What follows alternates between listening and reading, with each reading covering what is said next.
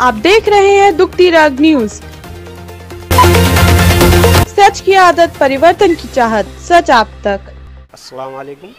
आज हम मौजूद हैं कानपुर के बहुत ही गांव के इलाके में आए हैं, देखने आए हैं कि यहाँ पर और राजनीति से दूर कि इस टाइम हमने बहुत राजनीति कर ली और बहुत नेताओं के बयान ले लिए, बहुत इंटरव्यू कर लिए।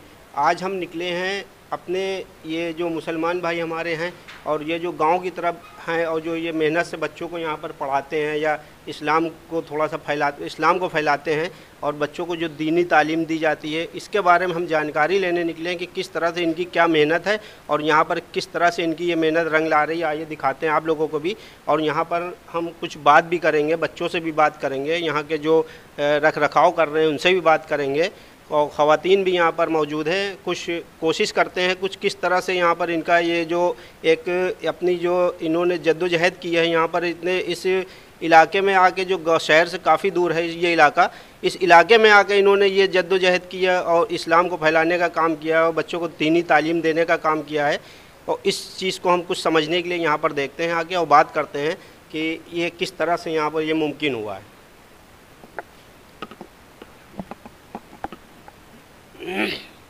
तो मुशाहिदी भाई ये बताइए कि ये यहाँ पर ये सोच कैसे आई और ये बच्चों की जो तालीम जो दी जा रही है, इसके ये मतलब जो खर्च होते हैं ये किस तरह से यहाँ पर पूरे होते हैं? देखिए, ये बहुत शहर से दूर इलाका है और यहाँ पर ऐसा कोई इदारा नहीं था कि बच्चों को दीनी तालीम से आरास्ता किया जाए। तालीम की बहुत सख्त ज़रूरत थी। तब काज़ी शहर मौलाना मुश्ताक अहमद मुशाहिदी साहब ने हुक्म दिया कि इस इलाके में दीन का काम किया जाए और फिर यहाँ पर एक छोटा सा मदरसा कायम किया गया। और यहाँ पर गरीब बच्चे भी, हर तरह के बच्चे पढ़ते हैं। उनकी पढ़ाई का बंदोबस्त मदरसा पूरा पढ़ाई का ख़र्चा उठाता है उनका, और मदरसा लोगों से ले करके जितना हो सकता है, जितना बेहतर से बेहतर करने की हम लोग कोशिश करते हैं। मदरसा ये बच्चों का ख़र्चा उठाता है, तो ये खर्च कहाँ से, कैसे, किस तरह से होता है? वही देखिए, हम लोग जो है कोशिश करते हैं कुछ लोग मेंबर बन जाएं ऐसे कि वो अपने बच्चे तो सब लोग पढ़ाते हैं और ये बहुत अच्छा ये रहता है कि अपने बच्चों के साथ में अपने गांव के, अपने शहर के बच्चों के ऊपर, अगर अपने बच्चों के ऊपर हम महीने में 2000-3000 खर्च करते हैं तो दूसरों के बच्चों के ऊपर, गरीब बच्चों के ऊपर अगर हर महीने 100 रुपये दें तो बच्चों की पढ़ाई बहुत अच्छी हो जाएगी। इस तरह हमने कुछ मेंबर बनाए हुए हैं जो वो मेंबरान 100 रुपये 50 रुपये देते हैं। कोई 100 रुपये देता है, कोई 50 रुपये देता है। उससे ये बच्चों की जो है तालीम का। अच्छा हज़रत, एक चीज़ यहाँ पर ये देखने को मैंने मिली है जो बहुत अच्छी भी लगी है कि जैसे ये बच्चे यहाँ पर बैठे हुए हैं, ये सब एक ड्रेस में है। जी।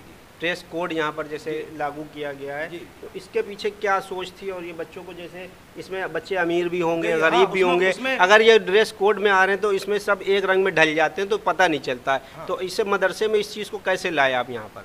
नहीं, देखिए, सबसे पहली चीज़ ये, हमने आज तक किसी बच्चे को ड्रेस के लिए ना फोर्स किया, ना मारा, ना डांटा। हमने केवल बेदारी पैदा की है, ड्रेस की अहमियत को बताया है और एक शौक़ पैदा कर दिया। हर चीज़, किसी भी चीज़ के लिए आप किसी के ऊपर ज़बरदस्ती ना करिए, आप उसके अंदर शौक़ पैदा कर दीजिए। जब शौक़ पैदा हो जाएगा खुद ब खुद वो पहनने लगेंगे। हमने केवल शौक़ पैदा किया। तो इसके जो ये खर्च कैसे होते हैं? हाँ, तो हमने बताया आपसे कि हमने कुछ मेंबर बनाए हैं, कुछ लोग 100 रुपये देते हैं, कुछ लोग 50 रुपये देते हैं। इस तरह से खर्च होता है। और दूसरी चीज़ मैं आपको बता दूँ, तो अहम चीज़, इस दौर को देखते हुए मैंने ये और सभी हमसे जो लोग जुड़े हैं उनके मशवरों से हमने सोचा है, आज ही हमने कुछ गांव का भी हमने वहाँ पर जा कर के लोगों से मिले। हमारा मकसद ये है, अब जो बच्चे मदरसे में पढ़ रहे हैं, दीनी तालीम के साथ साथ उनको दुनियावी तालीम भी मिलना चाहिए। मेरा मकसद ये है कि बच्चे जैसे हाफिज़ हों, आलिम हों, हाफिज़ के साथ वो डॉक्टर भी हों, हाफिज़ के साथ वो इंजीनियर भी हों, आलिम के साथ वो इंजीनियर हों, आलिम के साथ डॉक्टर हों, और कुछ ना हो तो कम से कम इतना हो, हाफिज़ आलिम के साथ साथ उनका ग्रेजुएशन भी होना चाहिए। अच्छा, ये सोच आपकी तो बहुत अच्छी है, बहुत खूबसूरत सोच है। तो आपको लगता है मतलब ये किस तरह से मुमकिन है? क्योंकि ये जो आप जैसे बताया, डॉक्टर हो, इसके लिए MBBS करना होगा, इंजीनियर हो, काफ़ी डिग्रियां लेनी पड़ती और इसके लिए काफ़ी खर्च आता है। हाँ, तो ये खर्च कैसे फिर पूरा होगा और किस तरह से ये इसको मतलब मैनेज करेंगे? देखिए, सबसे पहली चीज़ तो ये, मेरे अंदर ये शौक़ ऐसे पैदा हुआ, खुद मैंने मदरसे में तालीम हासिल की मदरसे में हमने हिफ्ज़ किया, क़िरात किया, दरसे निज़ामी पढ़ा।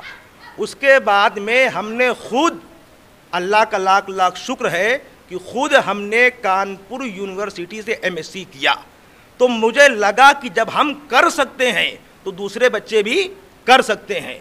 और हमारा अल्लाह का फजल है, हमारी आवाम, हम जब कोई काम करेंगे, कोई हम करें कोई भी करे, हमारी आवाम कंधे से कंधा मिला करके चलती है।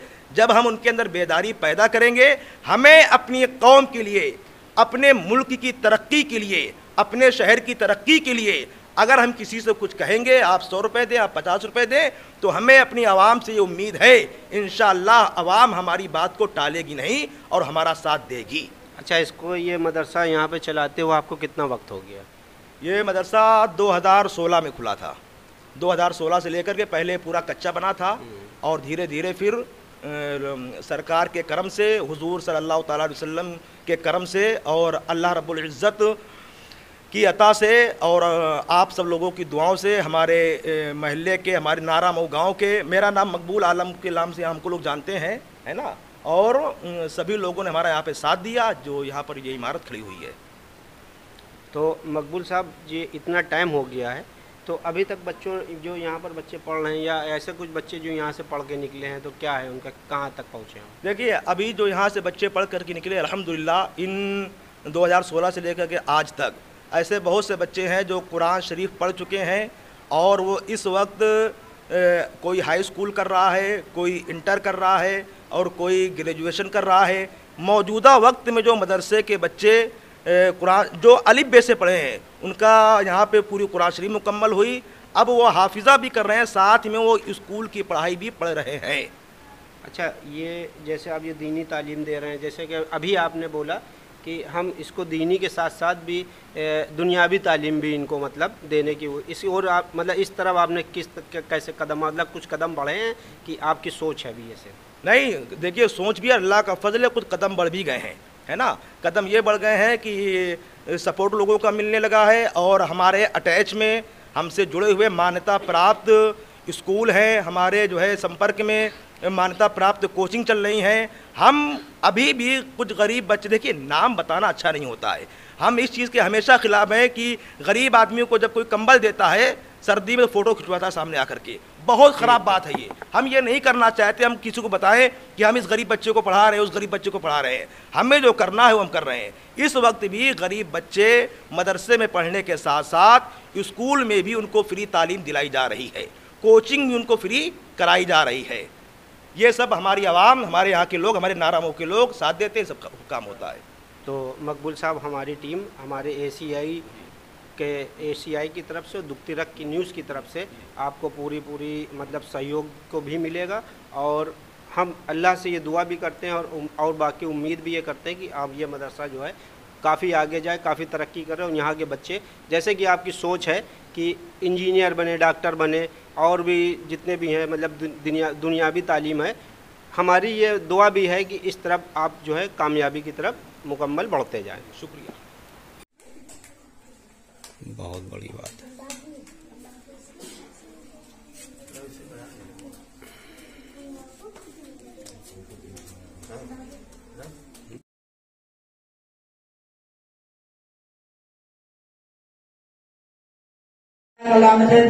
पानी के लिए